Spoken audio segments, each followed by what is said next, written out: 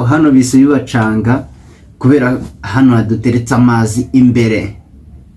Tugiye kubazanya ibibazo sakwe Soma n'ibindi bintu byinshi.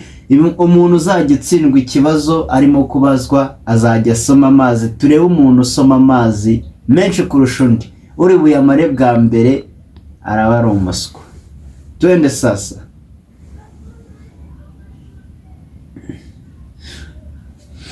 Uriteguye? Yes. Uri tayari? Cyane rwose. Sakwe. Soma. Giye mu rutoki abasirikare baramfata. Ibishoforo. Sakwe. Soma. Karatemba shyashya. Mazi kwiteke. Sakwe. Soma. Nyirabatangaza mutahe. Mbeho ku rugi.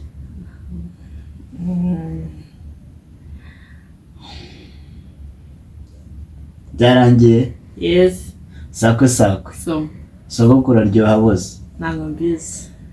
Ntabyo uzi? Yes. Ikibi. Sijyane. Umunekesha Soma. Umva. Hano tugiye kureba umuntu uri bunywa amazi menshi kurusha undi. Soma ngombwa iki? Inywa. Ndana yakunywesha. Sakwe. Soma. Ay. Urasa se. Nagakecuru gahiye. Oya. Kime. Ngicyo. Agakecuru k'iwe niye gikomo. Nyine kari gahiye. Kwimana y'igikomo bitandukanye no gushya. Urumva ko? Oya Soma akirava. Akiragamwa.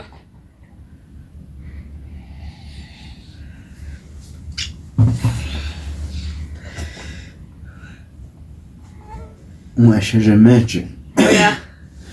Sakwe. Soma.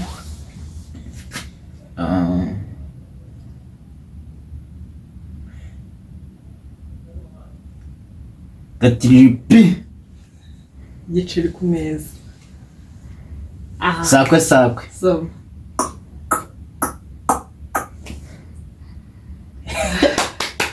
Ndagufite ahangaha. Ntabwo mbizi. Soma sha. Oya inywa.